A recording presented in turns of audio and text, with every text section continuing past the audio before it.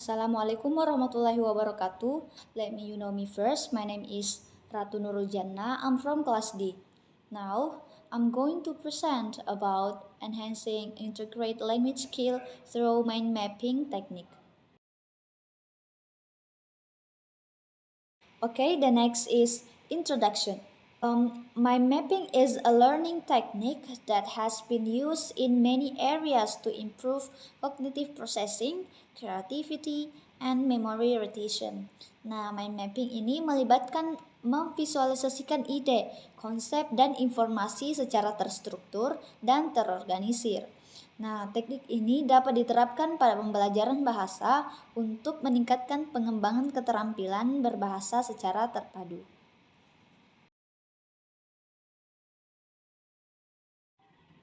Okay, the next is discussion. Nah, mind mapping adalah teknik yang melibatkan dan memvisualisasikan informasi secara terstruktur dan terorganisir. The theory behind mind mapping is based on the concept of associative thinking, which involve making connections between different pieces of information to create a coherent understanding of a concept or idea. Nah, dengan membuat representasi visual dari konsep bahasa, mind mapping dapat membantu pembelajar bahasa membuat hubungan antara keterampilan bahasa yang berbeda. And then the concept of mind mapping menurut Tony Buzan yaitu mind mapping adalah alat berpikir utama untuk meningkatkan pembelajaran, organize information, brainstorm and problem solve, serta membantu berpikir lebih kreatif, belajar lebih efektif, dan berkomunikasi dengan lebih efisien. And the next is how mind mapping can enhance integrate language skill. The first is speaking. Mind mapping dapat digunakan untuk membantu representasi visual dari pidato atau presentasi, sehingga lebih mudah untuk mengingat dan menyajikan informasi serta dapat membantu individu mengembangkan kosakata yang lebih luas yang dapat digunakan selama pidato atau percakapan. Oke, kemudian ada reading. Mind mapping dapat digunakan untuk meringkas teks serta membantu individu membuat hubungan antara konsep dan ide yang berbeda sehingga lebih mudah untuk dipahami dan diingat.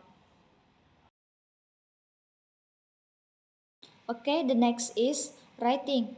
Nah, mind mapping dapat digunakan untuk membuat garis besar sebuah tulisan, membuatnya lebih mudah untuk menyusun teks dan memastikan bahwa semua poin utama tercakup serta membantu individu menghasilkan ide-ide baru untuk menulis dan membuat proses lebih kreatif dan menarik. Kemudian the last is listening. Mind mapping dapat meningkatkan keterampilan mendengarkan dengan membantu individu fokus pada konsep dan ide kunci selama kuliah atau percakapan seperti digunakan untuk mencatat selama perkuliahan sehingga memudahkan untuk mengingat informasi nantinya.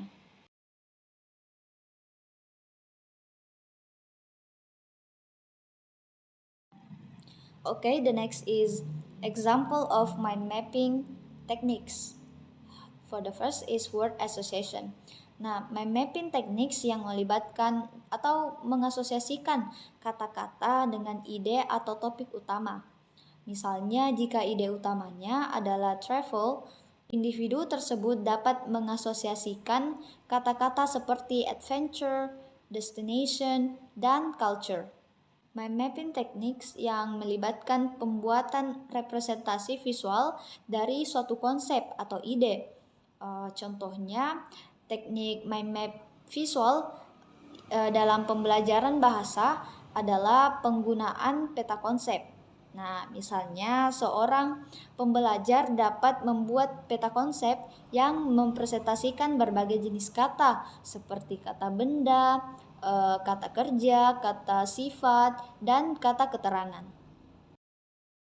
Baik, dari apa yang saya paparkan tadi, dapat disimpulkan bahwa mind mapping techniques adalah pendekatan yang menjanjikan untuk meningkatkan keterampilan bahasa terintegrasi. Nah, mereka dapat meningkatkan pemikiran kritis, penulis, dan organisasi informasi untuk pembelajar bahasa.